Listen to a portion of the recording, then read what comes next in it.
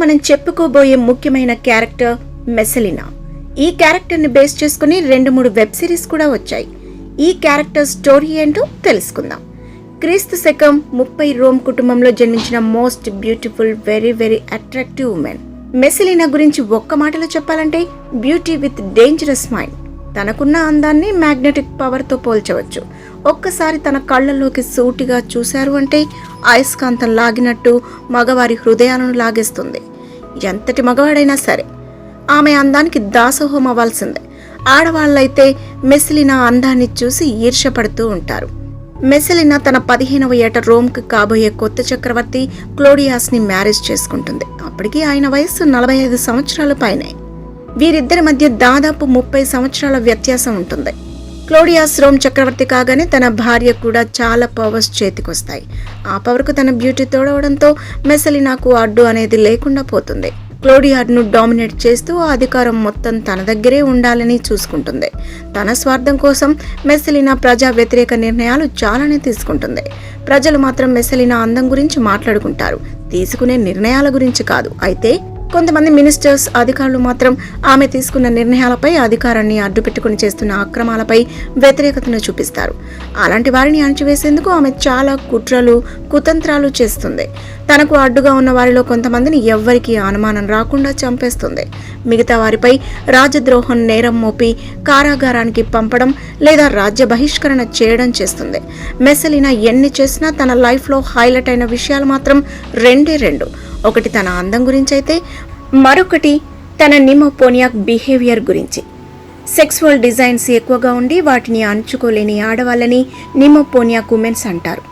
మెసలినా పోనియాక behaviour గురించి హిస్టరీలో చాలా స్టోరీలే ఉంటాయి.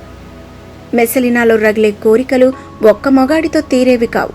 పైగా తనకు పెళ్ళయ్యే నాటికి క్లోడియాస్ ఓల్డ్ ఏజ్లోకి ఎంట్రీ ఇచ్చాడు. మరి తన కోరికలు ఎలా తీర్చుకుంది అంటే ఆమె దగ్గర అధికారం ఉంది. దానికి మించిన అందం తనకు సొంతం. అంతకు మించి ఏం కావాలి? తన కోరికలు తీర్చుకునేందుకు తనను ఆకర్షించిన ప్రతి మగాడిని తన బెడ్రూమ్కి రప్పించుకోగలుగుతుంది.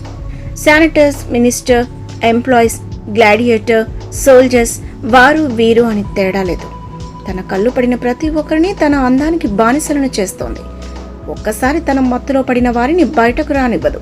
తను ఏం చెప్తే అది చేయడానికి ఏమాత్రం వెనకాడకుండా ఉండేలా చేస్తుంది. తన డిజైన్స్ను తీర్చుకునేందుకు, తాను ఎదిగేందుకు ఇలా 2 రకాలుగా వారిని యూజ్ చేసుకుంటుంది. అలా వారిని చాలాసార్లు తను చేసే కుట్రలో పావులుగా వాడుకుంటున్న తన అందానికి మగవారు ఏ రేంజ్లో బానిస అవుతారని ఒక నైట్ మెసలినా బెడ్రూమ్లో పడుకొని ఉండగా ఒక వ్యక్తి తనని చంపడానికి వస్తాడు.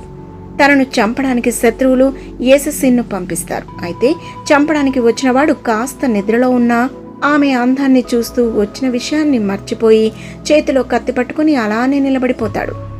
ఆమె కళ్ళు తెరిచేసరికి ఎదురుగా కత్తి పట్టుకుని ఉంటాడు. అయినా అతన్ని చూసి ఆమె కొంచెం కూడా కంగారు పడదు. ఎందుకంటే తనకు బాగా తెలుసు వాడు తనని ఏమీ చెయ్యలేడు అని. చివరకు చంపడానికి వచ్చిన వాడితో కూడా తన కోరికను తీర్చుకుంటుంది. కానీ ఆమెకున్న శృంగారపు కోరికలు అక్కడితో ఆగవు. కొన్నిసార్లు అందరూ పడుకున్న తర్వాత ఎవ్వరికీ తెలియకుండా ప్యాలెస్ నుండి అర్ధరాత్రి బ్రోతల్ హౌస్కి వెళ్తుంది. అక్కడ తన పేరు లైసాగా మార్చుకొని అక్కడ వ్యభిచారిగా పనిచేస్తుంది. అలా ఒక నైట్ బ్రోతల్ హౌస్కి వెళ్ళగానే రోమ్లోనే ఫేమస్ వ్యభిచారి అయిన రోసాకు మెసలినా మధ్య కాంపిటీషన్ ఏర్పడుతుంది.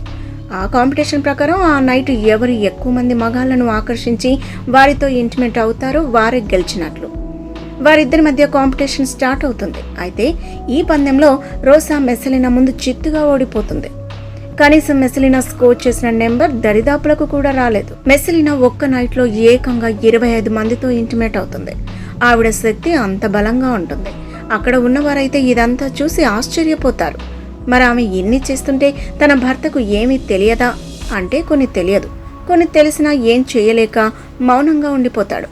మెసలినా తన శత్రువుల అందరినీ ముందు తన అందంతో కొట్టాలని చూస్తుంది. ఆల్మోస్ట్ ఆ విషయంలో చాలాసార్లు సక్సెస్ అవుతుంది కూడా. ఒకవేళ అది కుదరకపోతే అప్పుడు తన వికృతమైనటువంటి ఆలోచనలను వాడుతుంది.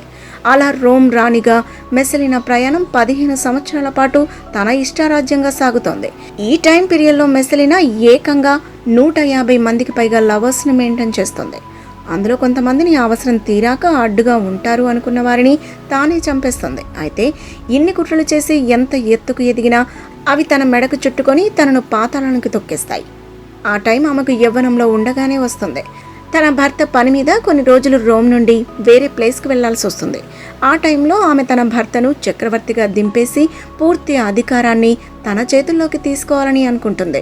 తన భర్త రోమ్ నుండి బయటకు వెళ్ళగానే మినిస్ట్రీలో ఉన్న తన లవర్ సిలియాస్ను పబ్లిక్ సెరమనీ అరేంజ్ చేసి మరీ మ్యారేజ్ చేసుకుంటుంది. అయితే ప్లాన్ కాస్త బెడిసి కొట్టింది. తన భర్త మీదకి పంపిన తన సైన్యం ఓడిపోతుంది. దాంతో క్లోడియాస్ రోమ్కి తిరిగి వచ్చి మెస్సలీనా ఆమె ప్రేమికుడిని బంధిస్తాడు.